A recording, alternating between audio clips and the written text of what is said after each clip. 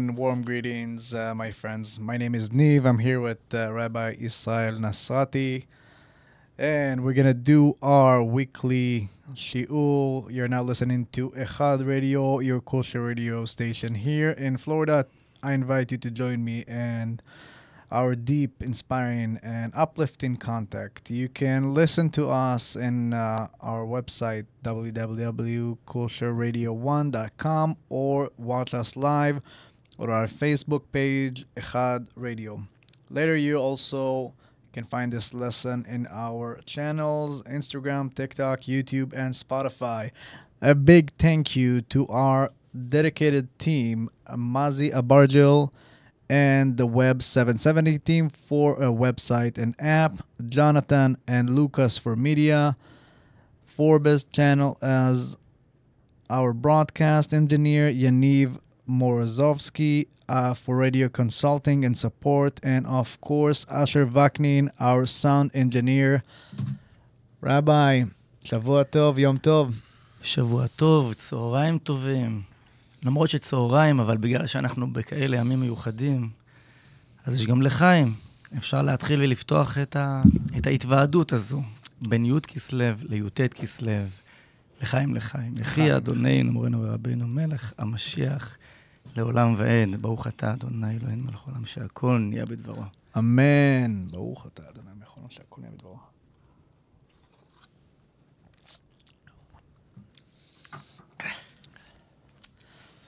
ככה להתחיל במילתא דבדיחותא קטנטנה, אחד בדיקה, קוראים לבן אדם שעושה את זה, סופר סתם. אחד, שתיים. חזר. אתמול שמעתי את הבדיחה בסיום של אליאור נגר, תודה על הבדיחה. יפה. נו, הרבה עניינים על סדר היום.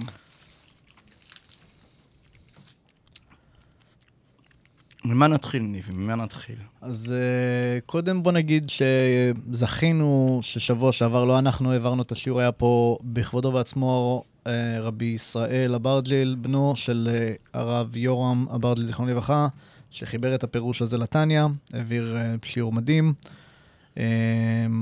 והיה את פרשת וישלח. שבוע שעבר, עכשיו אנחנו בפרשת וישב, המון נושאים, המון פשוט דברים מהממים שהחסידות עושה עם הפרשות האלה, עם הדמויות.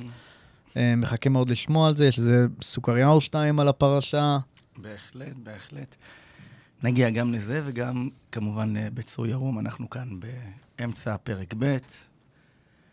אבל אני חושב שבהחלט הפודקאסט הפעם, ההתוועדות הפעם, תהיה בעיקר על העניין של י"ט כסלו, כי הרי גם אנחנו לומדים תניא, גם ברוך השם, לאורך כל השבוע האחרון אנחנו חיים עם הגאולה הזו של אדמו"ר הזקן, של בעל התניא שיצא ונגאל בי"ט בכסלו. אנחנו כאן תחילת השבוע, אבל חמישי בלילה זה כבר י"ט כסלו. צריך לעשות משהו גדול, משהו ענק בעזרת השם.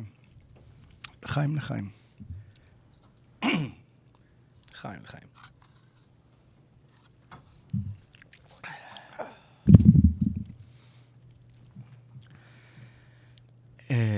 רוצה להתחיל עם איזו נקודה שחשבת עליה על הפרשה, לפני שאנחנו... אז יש דווקא סוכריה יפהפייה פה בצור ירום, זה פרקים טיפה יותר מאוחרים, אבל הרב אברג'יל זיכרונו לברכה נותן דוגמה לשאלה שמופיע שיוסף טועה בשדה, ומוצא אותו איש, ואומר לו לאן ללכת, מסדר לו את הבעיה. ורש"י כותב במקום, אותו האיש הוא המלאך גבריאל.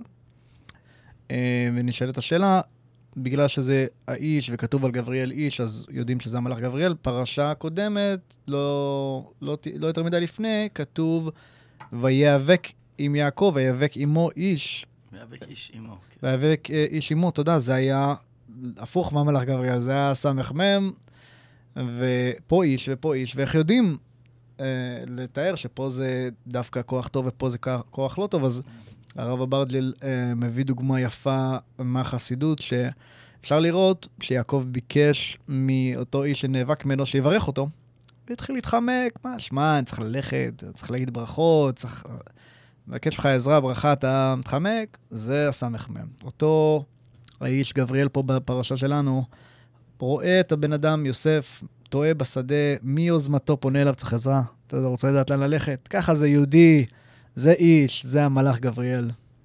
יפה, יפה. בהחלט, כמו שהאדמו"ר הזקן מתחיל את ההקדמה בתניא, שכל אחד יודע לתת תשובות ולא נותן, אתה זוכר את ההקדמה, שמי ששם יד על הפה ומונע בר, קורא לזה האדמו"ר הזקן, מונע ממישהו אחר לאכול, אז הפוך מכל העניין, מה שנקרא, כן? כי כל העניין הוא שכשכן נותנים וכן עוזרים, אז מאיר עיני שניהם השם. אז כבר אנחנו רואים גם את העניין בתניא עצמו. אני שואל את עצמי מאיפה להתחיל, כן? כל כך הרבה אירועים בכלל. כל חודש כסלו עמוס באירועים רוחניים. כן, אנחנו יודעים שחנוכה זה למעשה הסיום של חודש כסלו, אבל מה זה חנוכה? חג של אור, חג של שמן, וכל הזמן החסידות מקשרת שלא סתם יצא שי"ט כסלו, יחד עם חנוכה, ממש בקירוב של כמה ימים ביניהם. הרבה עניינים מדוברים על כך שזה גם לקראת סיום החודש, אבל איך שלא יהיה כל החודש קדוש. כל החודש קדוש בעניינים של שמן. מה זה העניין של שמן? קשור לפנימיות התורה. למרות שגם יין קשור לפנימיות התורה. אבל איפשהו הדרגה של השמן, בדרך כלל אומרים שהשמן זה כבר ממש הדרגה הכי גבוהה, וזה דומה לחסידות, שזה כמו ששמן גם לא יכול להיות בפני עצמו. בן אדם לא הולך לאכול שמן, כן? לשתות שמן. אלא הוא תמיד צריך לערב איזה עם משהו. אותו דבר גם חסידות, אנחנו רואים שזה כל הזמן מעורב. ביאור על פסוק, ביאור על משנה, ביאור על... בעצם זה לא... זה מחלחל בכל שטח, בכל תחום, בכל רובד ורובד בתורה עצמה. אז כל חודש כסלו הוא כזה, דבר ראשון. והיות ואנחנו נוגעים כאן בצור ירום, שזה בעצם כל העניין של הפודקאסט, אז רואים איך שהרב יורם מביא את כל הפרשות שקשורות כרגע לחודש כסלו, כמו שציינו, אם זה וישב, אם זה וישלח, ויצא, כל הפרשות הללו, מאוד הוא מחבר אותם לסיפור של האדמו"ר הזקן עצמו.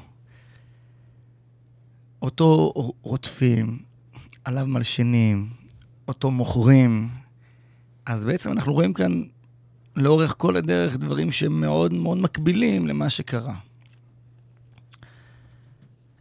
אז דבר ראשון, איך הרב יורם אומר שאסור להתרגש אם אתה כאילו לבד במערכה, ויש לך את העניינים המהותיים שאתה יודע עליהם, אתה צריך לצעוד קדימה על אף שכולם נגדך, על אף שמוכרים אותך, על אף שפה, על אף ששם.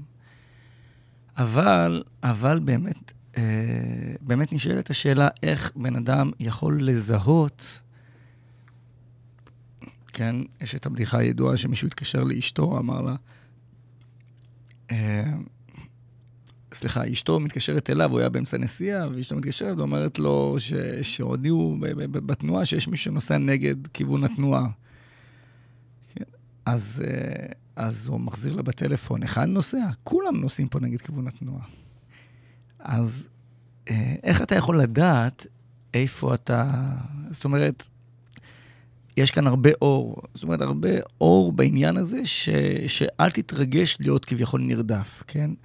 אפילו שמגיעים למצבים קשים כל כך, ומחירת יוסף, כמו שאנחנו קוראים בפרשה, שזה בין האירועים הדרמטיים ביותר שיש בכל התורה כולה, אחים מוכרים אח, למרות שיש גם על זה ביורים פנימיים, בעזרת השם אולי נגיע לזה, אבל בפשט של העניין יש כאן משהו מאוד חמור.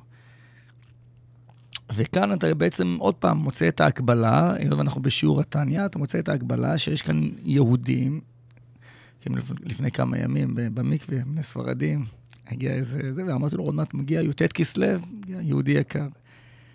אני אומר, י"ט כסלו, התחלתי להתוועד, אז הוא שאל למה הוא היה בכלא, אז אמרתי שלשינו עליו, על האדמו"ר הזקן, שהוא היה מורד במלכות, מרידה, כן? זה לא מרידה במדינה דמוקרטית, לא צריך להעריך מה קורה כרגע באיראן, כן? אז רק לחשוב שאם יש משהו שאין דין ואין דיין, אז זה בערך מה שהיה שם, במיוחד מול יהודים, כמובן. וככה סיפרתי לו שזה, אז הוא אמר לי, הגויים הרשעים האלה, תראה לאיפה. אז אמרתי לו, האמת, מי שלשין עליו, ואז אמרתי, אני לא אפתח את זה, מה צריך לגשת לזה, כן? אבל עוד פעם, אני רוצה מצד הפרשה, שיש כאן אחים שמוכרים אח. וזה בעצם הגולת כותרת, שהרב יורם מדבר על איך יכול להיות מציאות כזאת, ובכל אופן, בלי שניגע בכל העניין, דבר ראשון, שאלה עקרונית, סתם שחשבתי על זה, איך אתה יודע מאיזה צד? איך אתה יודע מאיזה צד? זאת אומרת, אולי באמת כולם נוסעים נגד כיוון התנועה, רק אתה חושב שאתה צודק. זאת שאלה מאוד גדולה לכל מי שמתחיל את הדרך, לכל מי שמתרגש מאיזה מהלך שהוא עושה וכדומה. התרגשות, אבל כולם נגד כיוון, אז כאילו, ומוכרים אותך, אז איך אתה בטוח שאתה יעקב, איך בטוח שאתה יוסף, ודאי שכל יהודי בחזקת כשרות והכל, אבל זאת שאלה עקרונית שיכולה לעזור לכל אחד ואחד בחיים. האם הוא באמת היעקב והיוסף המדוברים, או שהוא צריך ללכת להתייעץ עם אנשים חכמים, שתמיד צריך להתייעץ עם אנשים חכמים, והרבי אומר שלכן יש את העניין שלכל אחד יש משפיע, שהמשפיע ממש הרבי אומר שהוא נותן לו את הכוחות. זאת אומרת, כאילו אתה מדבר עם הרבי לצורך העניין, מאוד מאוד מענה שזה כמו אורים ותומים, המשפיע אומר לך, הבין אותך, לא הבין אותך, זה לא משנה. אחרי שהמשפיע אמר, זה כמו רב שפוסק הלכה, כן, אומרים שיש סייעתא דשמיא לרב, אם זה תיאוריה, לא יודעים. אבל אם כבר הוא פסק לך משהו, אז זה כבר סייעתא דשמיא שהוא אמר. זה אפילו אם הוא לא ידע לפני בדיוק את כל הפרטים, סייעתא דשמיא. אותו דבר לגבי המשפיע, יש לו כוח של הרבי. ידע את כל הפרטים, לא ידע, לפעמים המשפיע בעצמו אומר, מה, למה לא אמרת לי? לא משנה. קבעת ורואים סייעתא דשמיא עצומה בנושא הזה. זאת אומרת שלכל אחד יש מה שנקרא משפיע. אז זה דבר ראשון, עונה באופן כללי על השאלה הזו, כן?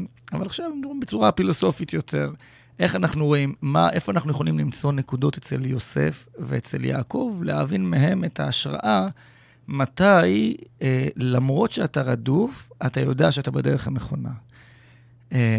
וגם נכניס כמובן את הצדיק העכשווי, מה שנקרא, שלפני 200-250 שנה, שזה אדמו"ר הזקן, גם עוד פעם רדוף ומלשינים עליו, והוא נאלץ להיות בכלא. נו, אז איך, מה הסוד? מה הסוד מאחורי? איך אתה יודע אם אתה זה, או שבאמת, נו, מה אתה אומר, ניב? חיים לחיים. קודם כל אני אומר לחיים. שאלה טובה, הרבה פעמים מתעורר ספק, האם אני עושה את הדבר הנכון כי אני מרגיש שזה רצון השם, או שאני עכשיו פועל מתוך איזה משהו אינטרסי. כן, והרבה יכולים, אתה יודע, להזיז אותך, להסביר לך שזה לא המקום, ואתה כביכול חושב שאתה מונע מאידיאולוגיה, כן? הם לא מתביישים, איזה אידיאולוגיה אני מגיע, איזה דברים טובים אני יכול להציע. היצר מתחפש לך בתור חכם שמתן לך עצות. ביג טיים. איך אפשר לדעת, איך אפשר לקבל השראה מאותם צדיקים גדולים?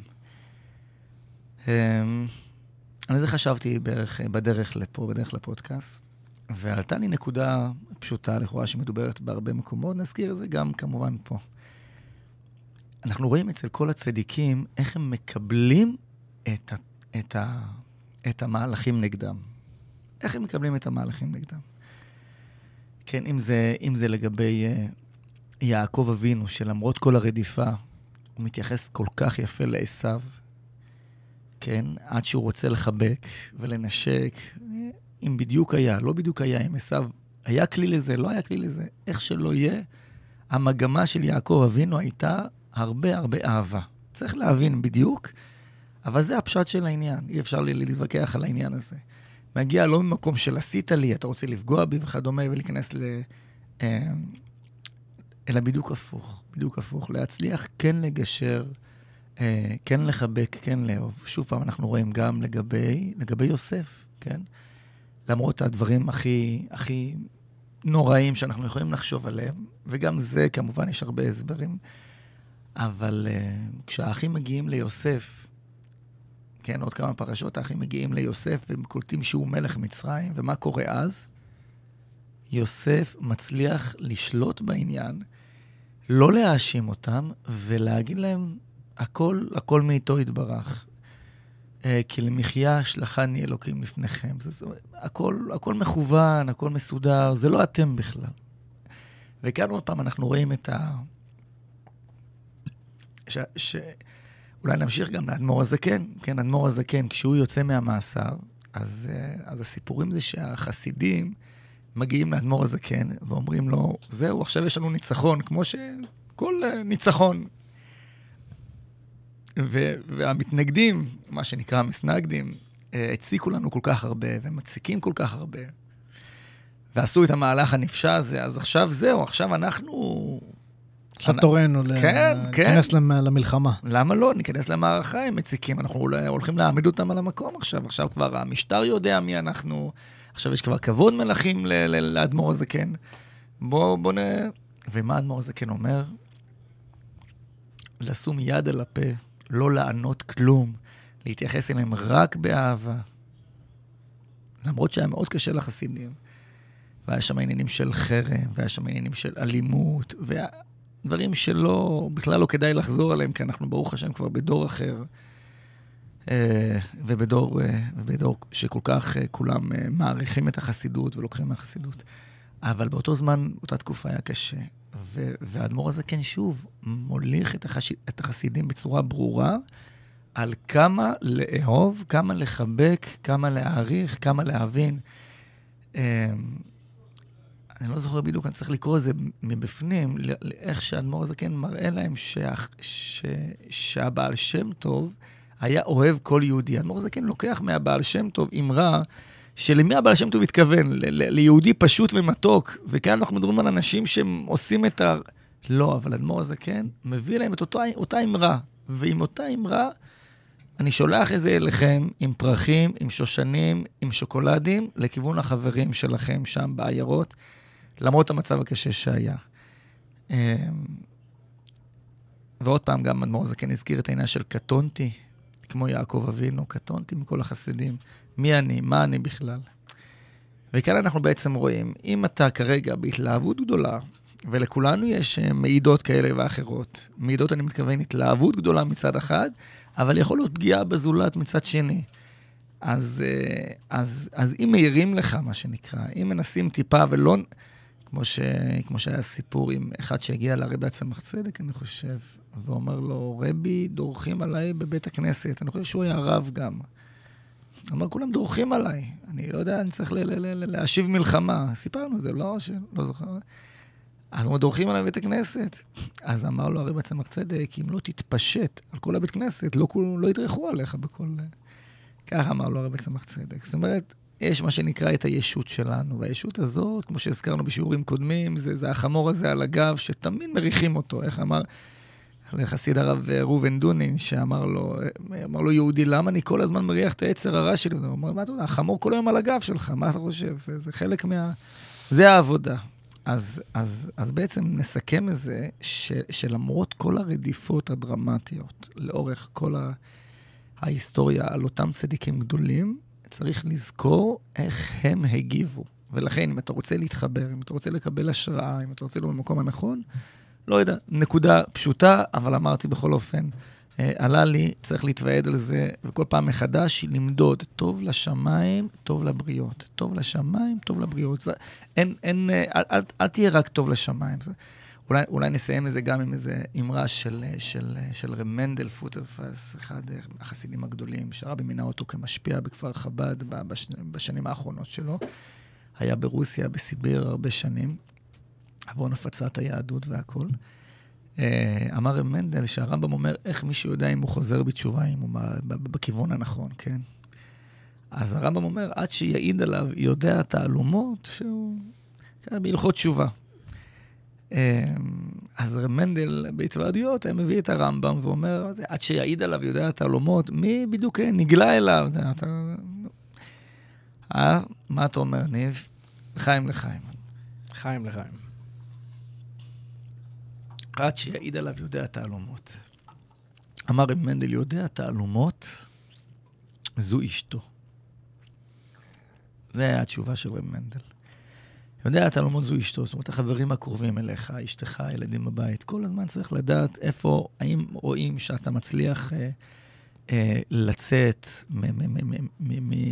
מהנוחות הרגילה שלנו, אם אנחנו מצליחים באמת לעשות צעד מעבר, וכולנו יודעים שבשביל זה אנחנו כאן. זאת אומרת, כל התורה והמצוות, זה החיבור הזה עם הקדוש ברוך הוא, שאנחנו נצליח להאיר פה, להאיר עם א'.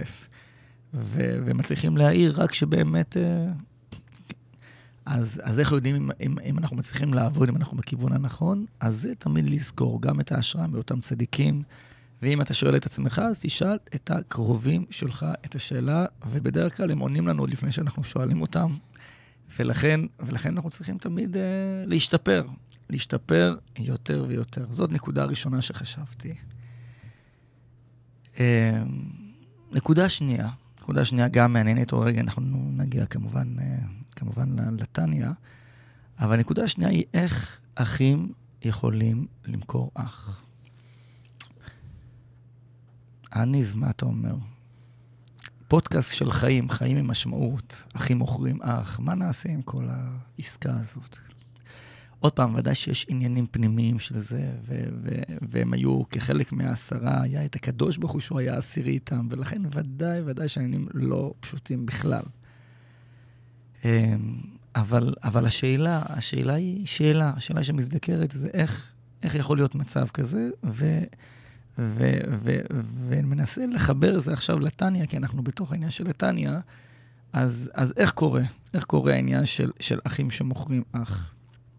מה ההבדל? נשאל הפוך. מה ההבדל בין שיטת החסידות לשיטת המוסר? שאלה, הרי אנחנו עכשיו כאן, זה הפודקאסט שבעצם נותן לנו להגיע למשמעות חסידית יותר, למשמעות מהירה יותר, כשגולת הכותרת שמבחינתנו זה שבלי חסידות, אז הנשמה לא יכולה להעיר כמו שצריך, לא יכולה לבטא את עצמה. זאת אומרת, כמו בזוגיות לא מספיק טכניות, צריך גם להגיע ולהוביל לרגשות ולדבר על זה. אז זה בעצם מה שהחסידות עושה, כן? כל מימדי החסידות. טניה זה בעצם תמצית החסידות, אבל למעשה, ברוך השם, שלוחות על שלוחות, שכל ספר וכל משנה זה מדהים, וברוך השם כולם מחוברים והם מקושרים למשהו פנימי ולא מסתפקים, שכמובן צריך סוף דבר הכל נשמע, כל פעם מזכירים מחדש, שזה פשוט לימוד ההלכות, הרבי מזכיר זה כל הזמן. אז זה לא על חשבון, זה לא יכול לבוא על חשבון, זה כמו בזוגיות, זה לא שאם אני אעשה משהו טכני, אז אני לא צריך רגשות, אם אני עושה רגשות, אז זה לא אומר שאני צריך לעשות משהו מעשי בשבילה, אין דבר כזה, כולנו מבינים, אז זה תמיד פשוט. אבל חסידות, מה שהיא נותנת, זה נקודות כאלה. אז אם נשאל את עצמנו, מה ההבדל בין החסידות לבין המוסר? מה, איך אתה מסתכל על זה? בתוך אחד טרי נקרא לזה. אולי תספר לנו קצת חסידות, י"ט כסלו, משהו, לפני שנכנסים יותר עמוק. אז שוב, בוא נגיד ככה מבט יותר מוקדם בחיים שלי, ששומעת המילה חסידות או חסידים. לא בדיוק יודע מה הכוונה, יש את האלה, יש את החבדניקים. היית רואה אותם רוקדים אולי מה... רוקדים אולי בשמחים, אבל מצד שני, תנועת המוסר, יותר ככה ליטאים, קווצ'ים הייתי אומר. אז היום פשוט נפתח עולם חדש ולאט לאט, ממש, גרגיר חול אחר גרגיר חול, אתה רואה שזה עולם שלם של נשמה פנימית, של אור ואושר, שפשוט מדהים. שלמרות שהעם, למרות שעשו מה שעשו, עם מעשרים, עם משטרים, עם משפטים, העם היה בעד. העם לקח את זה, העם רצה את זה. ואם הרב יכול גם להרחיב טיפה על י"ט בכסלו, מה היה... הנה, נגיע לזה עכשיו. אז, אבל בוא נגיד לפני זה, בנקודה, מה ההבדל בין מוסר לחסידות? מוסר זה מה אתה לא עושה טוב, חסידות זה, מה אתה אומר? מה שאתה עושה טוב? מה שאתה כן עושה טוב, כן? להעצים את החלקים. אני כבר אוהב את זה. בהחלט. עכשיו, בעצם עד החסידות, שיטת המוסר הייתה השיטה הרווחת. אם תשאל בן אדם היום, ולכן אנחנו ניגע בעדינות וברגישות בנושא הזה. דבר ראשון, בעדינות וברגישות, כי שיטת המוסר היא בעצם השיטה היסודית, שספרי המוסר בהררי קודש נמצאים, ואנשים יראים מושלמים אוחזים בעניין הזה, כן? וגם העניין נכשל לעצמו, ודאי שהוא נכון, גם מבחינה חסידית, למרות שאנחנו נמצאים בתור חסידות, אנחנו לא שוללים שום דבר, כי הרי הפך החסידות זה לשלול בכלל, כן? אז שיטת המוסר מאוד חזקה. למה? כי אם יש למישהו פשלה, צריך לתקן אותה. אוקיי? פשוט, למה לא? זאת אומרת, הבן אדם משתדל, עד עכשיו אני מגיע ואני מוצא את הכמה חסרונות הללו כדי להגיע לשיפור וייעול. זה לא, לכאורה זה לא דבר שלילי כל כך, אבל מגיעה החסידות ונותנת היבט אחר להתקדמות. מגיעה החסידות ואומרת בעיקר, תנסה להעצים את הנקודות החזקות, והנקודות החלשות איכשהו יישענו על אותן נקודות חזקות, ולאט לאט יתחזקו גם. אם תשאל היום, או תשאל תמיד, ולכן גם העם היה מאוד עם החסידות, אם תשאל בן אדם איך הוא רוצה שיתייחסו אליו, איך הוא רוצה, האם הוא מעדיף שיבקרו אותו כרגע, או שיעצימו אותו, ולאט לאט הוא ישתפר וישתפר. ניב, מה נראה התשובה הקלאסית לבן אדם כרגע מהרחוב? כמובן שלקבל חיזוק ולהסתכל על הצדדים החיוביים הוא דבר שכל בן אדם היה רוצה, ודבר שני זה גם עובד יותר טוב להביא מוטיבציה ושיפור אצל החיים, כמו שגם שמעתי מהרב אייל ורד, שגדולי הדור, תמיד היו קוראים גדולי ישראל, גדולי הדור, למה הם נקראים גדולים? כי הם הופכים את מי שמולם להרגיש גדול. גדולי ישראל, הם נותנים לעם להרגיש גדול בעיני עצמו. יפה, יפה, בתוך עמי אנוכי יושבת, יפה. אז כאילו הובלתי אותך כרגע לאיזה סוג של שחמט, כן? זה לא מבוים, חברים, זה בחי, כן? מצד אחד זה כאילו שחמט, אבל אני לא רוצה להגיע לשם. אני רוצה להגיע למשהו אחר. בעצם אתה אומר שכל אחד היה מעדיף שתייחסו אליו בסגנון חסידי. פשוט. בוא נגיד את זה, בוא נקרא להגדרה יותר חדה. אני מעדיף שתייחסו אליי ככה. איך אני מתייחס לשני, זו השאלה. שוב פעם, זה קצת נשמע פילוסופי, פשוט מאוד אבל. זאת אומרת, אם תשאל את הבן אדם, איך הוא רוצה שיתייחסו אליו, ודאי שכל אחד יעדיף לא להיות מבוקר. כי על כל פשעים תחסי אהבה, ואף אחד לא רוצה, כשאתה עושה ניתוחים, זה עלול להישבר גם, זה תמיד לא נחמד. ודאי, תמיד אני אומר לעצמי, אנא תתייחסו, איך הוא מתנהג בחסידות. כך אנחנו אומרים, כן, יושב, בסליחות קוראים לזה הרבה, כן? איך זה הולך?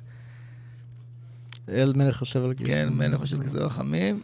הוא מתנהג בחסידות. הוא מתנהג בחסידות. כולנו, כשאנחנו מגיעים לקדוש ברוך הוא, פונים אליו, זה לא חשוב מאיזה זה, אבל פליז, איתנו בחסידות. תשב על כיסא רחבים ותתנהג בחסידות. כן, פשוט לכולם. עכשיו, מה הבעיה? הבעיה הקטנה היא, זה כלפי הזולת. וכאן בעצם אנחנו שואלים את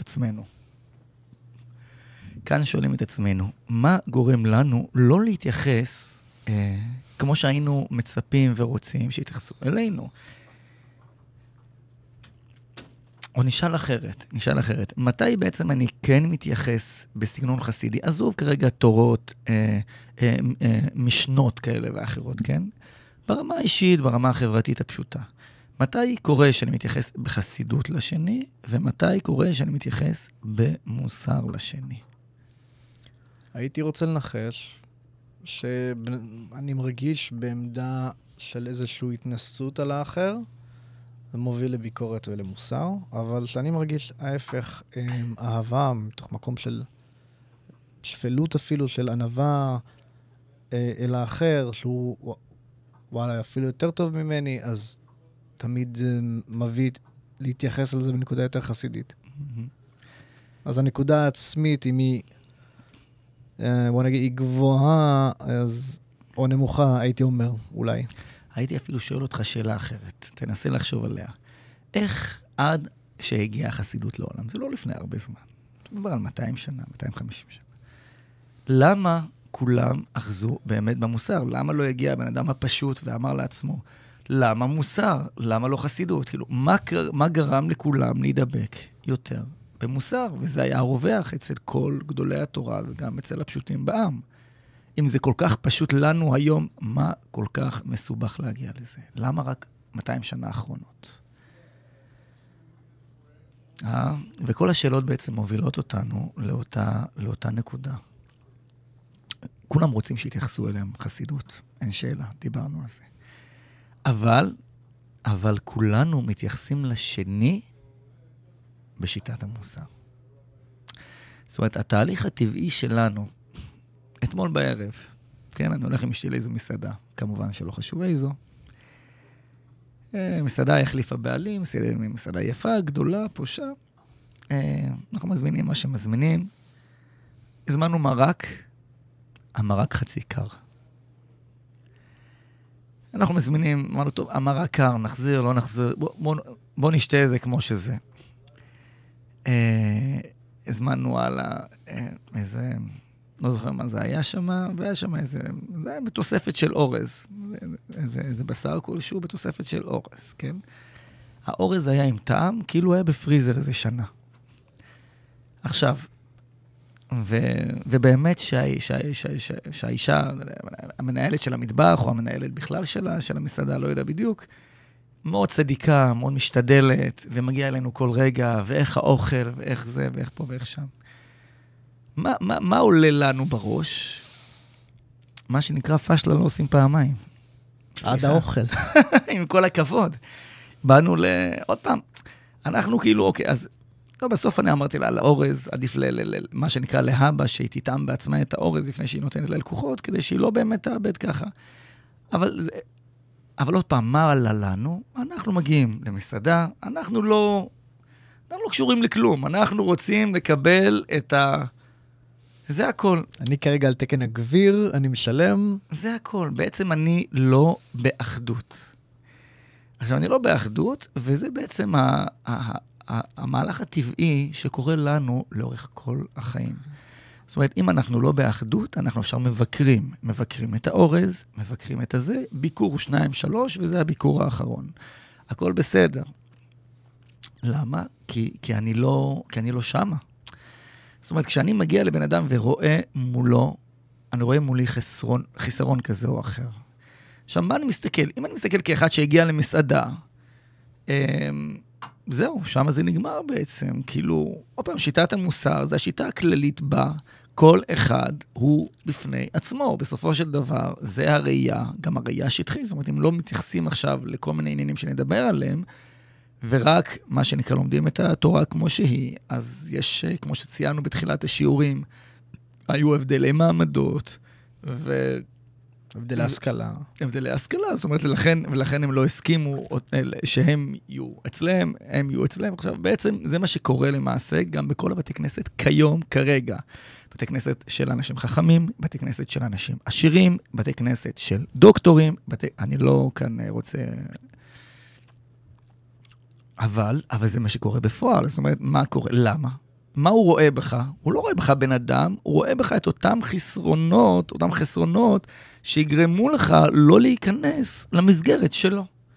וזה הכל. ואז כשבן אדם מגיע ומרגיש לא בנוח, הוא לא אשם. זאת אומרת, יש כאן מסגרת סוציולוגית, חברתית, שבן אדם טבעי שהוא ירגיש אותה.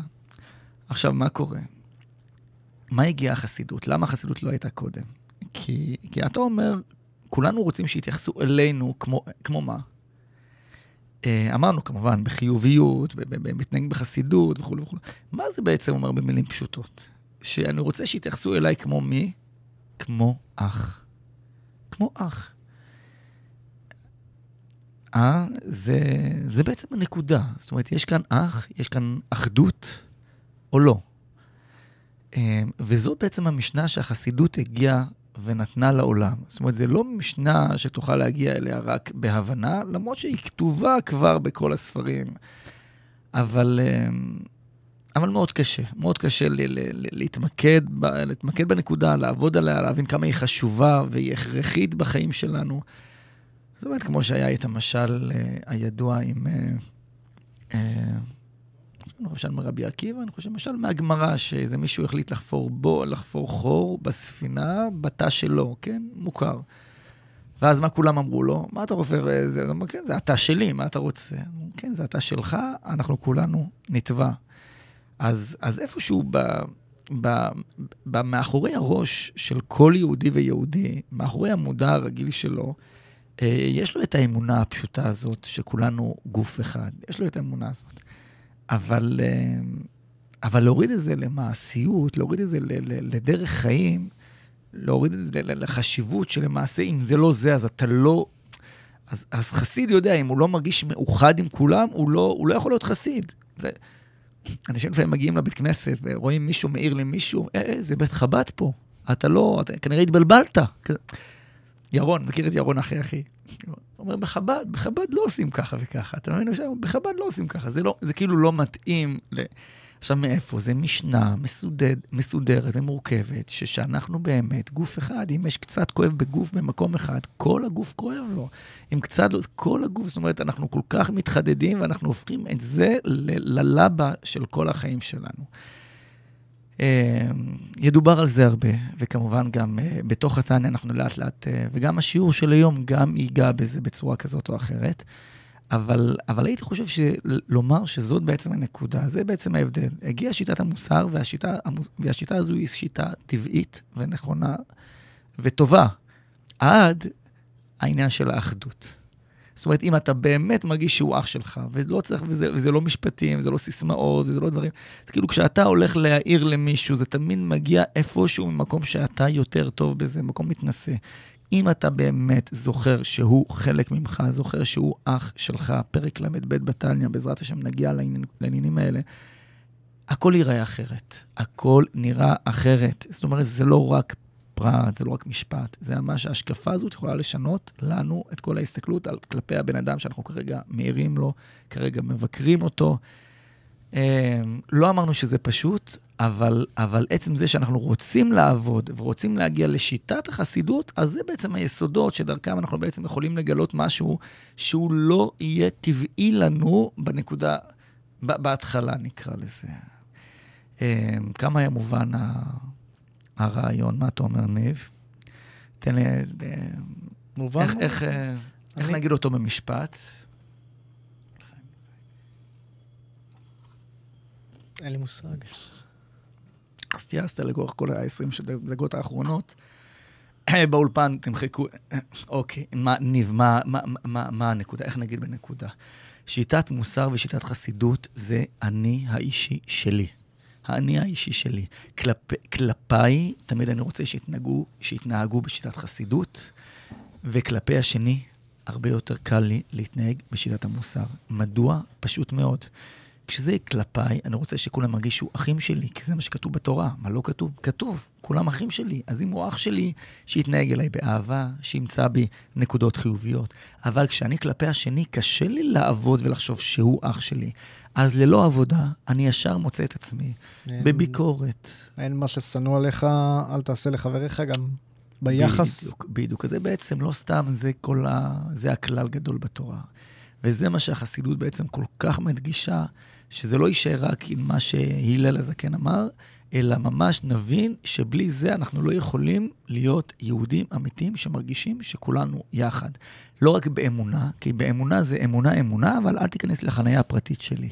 אני מרגיש שהחסידות תמיד מפנה את האור, אז רק רואים חזרה אליך פנימה, שאם יש דברים שאתה רואה שיש חסרונות, אם צריך לעבוד עליהם אצל אנשים אחרים, דברים אחרים, תמיד את העבודה, להסתכל פנימה, מה זה אומר לך, מה אתה צריך לשפר על עצמך. בדיוק. אז אם נגיד את זה במילים פשוטות, אם לומדים חסידות, אפשר להגיע למקום שנתחיל להתייחס לשני, כמו שהילל הזקן אמר.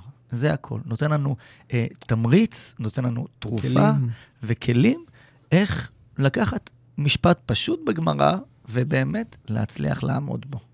בעזרת השם, בהצלחה. אוקיי, ניב, לאיפה אנחנו מגיעים עכשיו?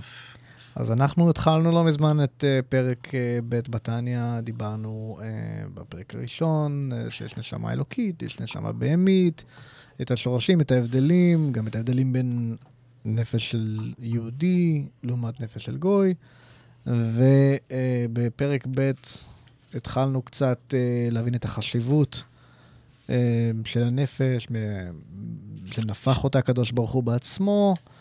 איך נקרא לזה? ניצוץ בורא. ניצוץ בורא. ניצוץ בורא. כל הבריאה פה, זאת בריאה. נכון, אמרנו. ניצוץ בורא. מדהים, יש לנו את הבורא בתוך כל אחד ואחד, כל יהודי ויהודי. מדהים. וזה לא, כמו שהרב אברדיל כתב פה, שהאדמו"ר הזקן כותב, חלק אלוקה ממעל, ממש, שזה לא גוזמה, זה לא תיאוריה, זה ממש. בכל אחד מאיתנו, כל יהודי, לא משנה מדרגתו. פשוט כך. אולי גם נאמר שזה גם מה שהאדמו"ר הזקן מביא בהמשך, אבל אולי אפשר להגיד את הנקודה שכשבן אדם מוסר את נפשו, כשבן אדם מוסר את נפשו, זה מגיע מתוך הנקודה הזו. בלי שהוא מבין, אם שהוא מבין, מסירות נפש. לחיים, לחיים. לחיים, לחיים.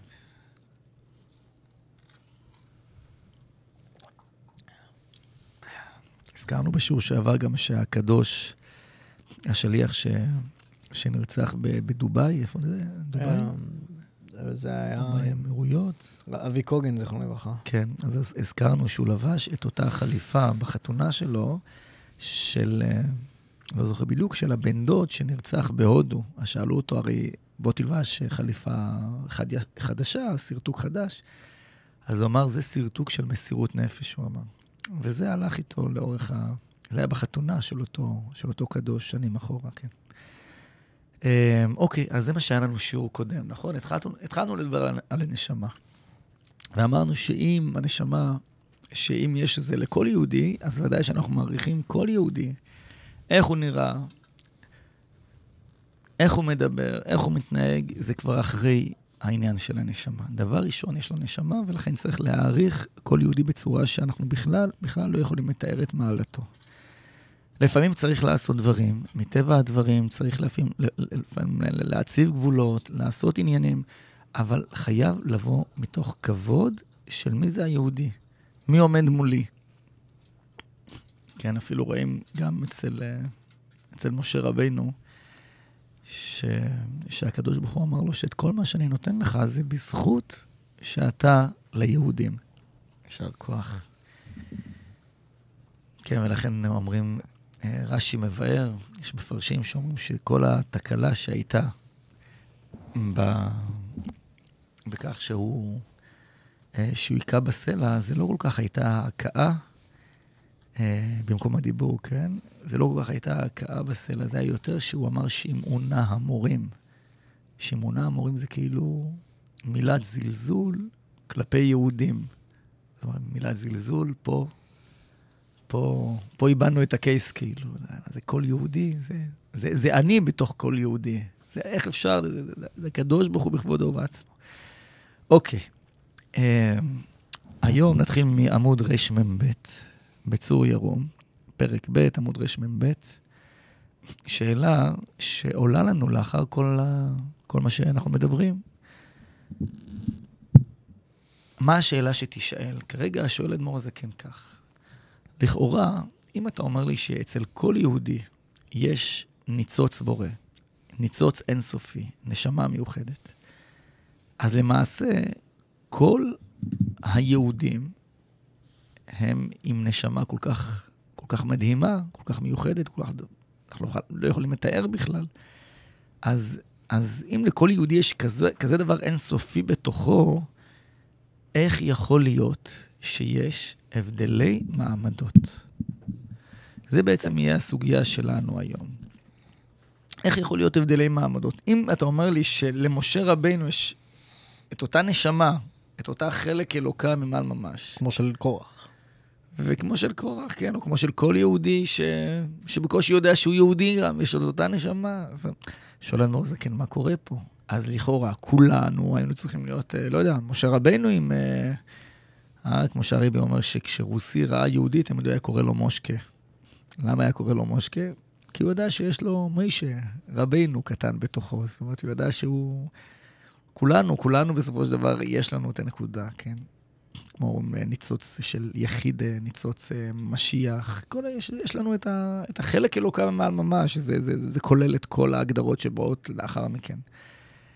אז אם לכל יהודי יש, שואל אדמו"ר הזקן, איך אנחנו רואים הבדלים ביהודים עצמם? ניב, מה עושים עם זה? בוא נתחיל לקרוא, בוא נראה מה ההסבר פה הפעם.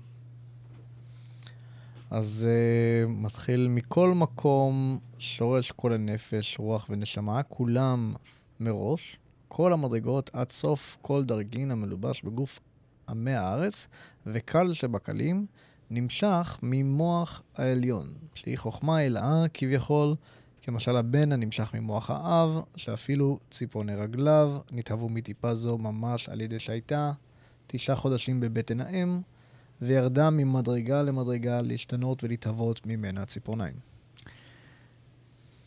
תנסה לזה, מה אנחנו... על מה מדובר פה? מה אנחנו שמים על השולחן? אז שוב, חיים. נראה לי צריך לחיים כדי להתחיל... מה מדובר פה? יש לנו כאן משל להסביר לנו את כל העניין. שכמו שהטיפה שיוצרת את האדם מקורה במוחו של האב, והבן יוצא, לא משנה איך הוא מתנהג כרגע, עם הכוחות והפוטנציאל והאיכות של המקור שממנו בא, עם אותו ניצוץ. בואו ננסה לתת לזה עוד כמה מילים. יש לנו כאן משל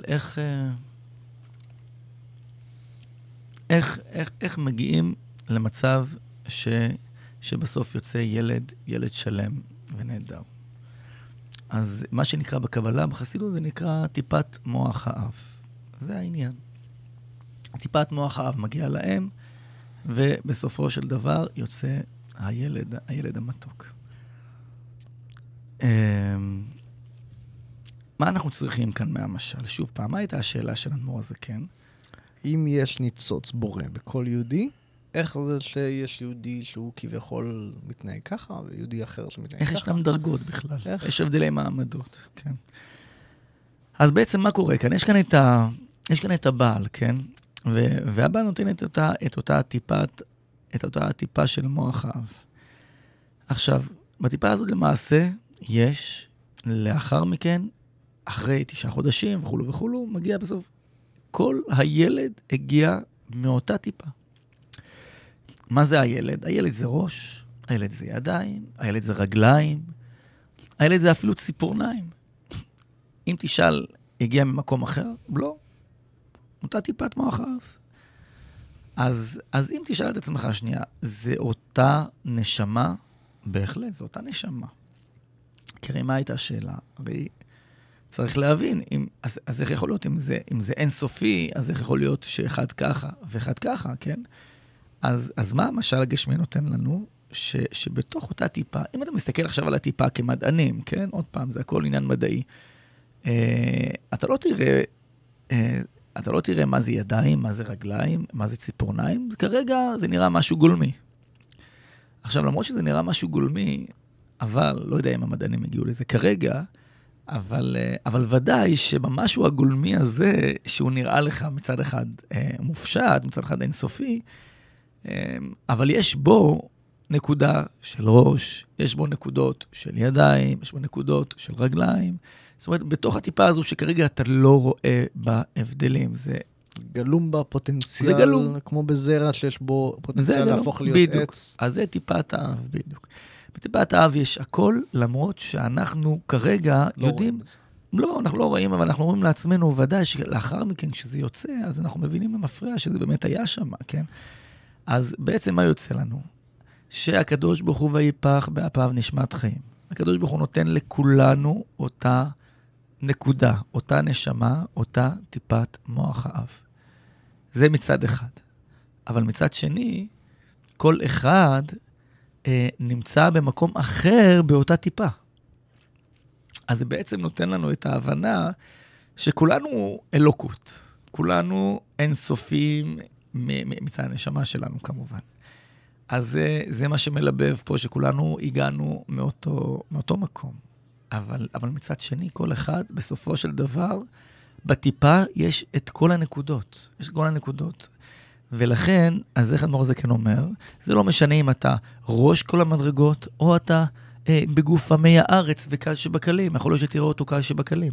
אבל ממי הוא נוצר, וכאן אדמו"ר הזקן אומר, קל שבקלים נקרא לזה כמו הציפורניים לצורך העניין, מול הראשי העם, שזה יקרה כמו הראש של אותו תינוק.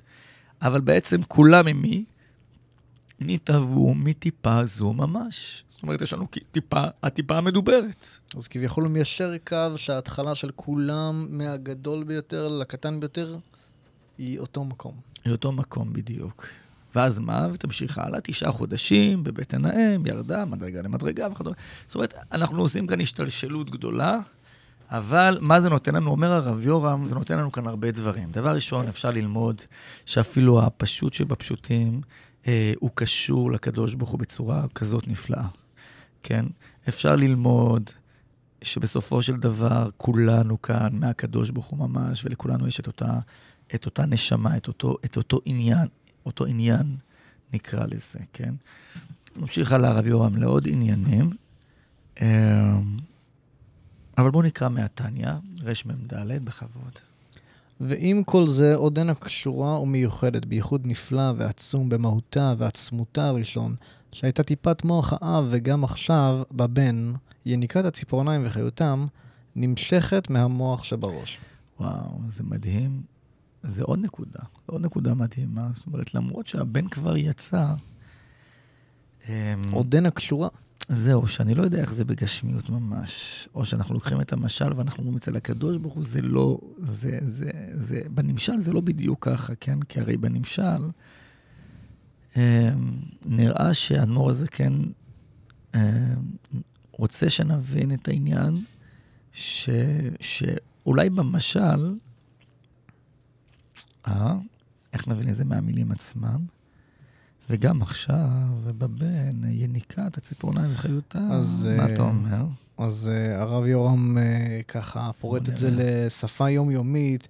עוד דבר נוסף נלמד מהמשל, ועם כל זה, גם לאחר שהטיפה השתנתה להיות ציפורניים, עודנה קשורה ומיוחדת גם אחרי ההולדה, בייחוד נפלא ועצום במהותה ועצמותה, וזה מאחר וגם עכשיו בבן יניקת הציפורניים וחיותה נמשכת מהמוח שבראש. של הבן, וכיוון שהמוח של הבן נשאר גם אחרי ההולדה, מהות זהה עם המוח של האב. הרי שגם הציפורניים קשורות אחרי ההולדה באמצעות מוחו של הבן למוחו של האב, שהוא שורשן הראשון. אני צריך שהרב יסביר לי את זה. מה נבין מכאן? דבר ראשון נבין את הפשט בתניה, כן? הרב יורם נותן לנו איזה בצורה ברורה, שגם כשהבן כבר בעצם יוצא, הוא כבר מציאות מה שנקרא נפרדת, עדיין הוא כל הזמן מחובר לאבא. מה הכוונה מחובר לאבא? כאילו בגלל אומנם זה לא חיבור גשמי, כן? הילד יכול להיות במקום אחר, ואבא במקום אחר, במשל הגשמי, אבל הנקודה הרוחנית זה שהיות והאבא והאימא, כמו ששלושה שותפים, כמו שכתוב בגמרא, כן? 3 שותפים הקדוש ברוך הוא, אביו ואימו, אז היות והם יצרו אותו, אז בסופו של דבר הם כל הזמן מחוברים אליו. זאת אומרת, היצירה שלהם נמצאת בו כל הזמן. במילים פשוטות, התכונות, הדברים, אי אפשר לנתק את זה שהוא תמיד הוא יהיה אבא שלו. הוא תמיד הוא יהיה בן שלו. אי אפשר לנתק את הקשר הזה. וזאת ההגדרה. הוא תמיד נשאר אבא, נכון. אז כאן אנחנו בעצם, מה אנחנו רואים? גם את אותו עניין, שאם במשל הגשמי זה ככה, על אחת כמה וכמה, כשאנחנו מדברים כאן על עניין רוחני, אז פשוט לכולנו, ובזה גם נאלץ לסיים, אבל פשוט לכולנו שלמרות שאתה רואה כאן הבדלים, אתה רואה כאן הבדלי מעמדות, אבל מה בעצם התשובה, ניב? שכולנו מגיעים מאותו מקום עם פוטנציאליות קשורים לקדוש ברוך הוא. מאותה טיפה. מאותה טיפה, באותה רמה. לכולנו יש גישה לקדוש ברוך הוא, כמו הרב הכי גדול. לכל אחד מאיתנו. זאת אומרת, עדיין צריך לדעת שישנם מדרגות, לא להשלות את עצמנו מצד אחד, אין עניין בזה, אבל לדעת שהמקור שלנו הוא אותו מקור. ולכן למעשה, אני חושב שהאדמו"ר הזה כן מזכיר את זה לאחר מכן, אנחנו עדיין כמו שהוא הבן שלו, גם אני הבן שלו. בדיוק. ולמרות שעוד פעם, מה שהאדמו"ר הזה כן מסביר, שבדורות הראשונים הם היו באמת הראש של אותה טיפה, הראש של אותו תינוק.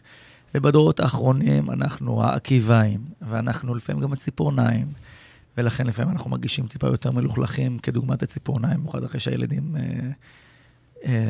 אז זה נראה כאילו שזה באמת מקום נמוך, אבל אולי נסיים בזה, שלמרות שאנחנו בדור של העקיביים, בדור של הציפורניים, בדור אבל דווקא הדור הזה נוגע בקרקע, הוא נוגע בגאולה. טוב, זה לא קשור לטניה ממש, אבל הרבי מדבר על זה הרבה. אז נסיים בנקודה של הגאולה או משיח הזאת, שזה בדיוק מגיע מהמשל של הטניה. זאת אומרת שהיה בדורות הראשונים הרבה עניינים גדולים מאוד, אבל אותה טיפה ירדה על למטה, הגיעה לדור האחרון.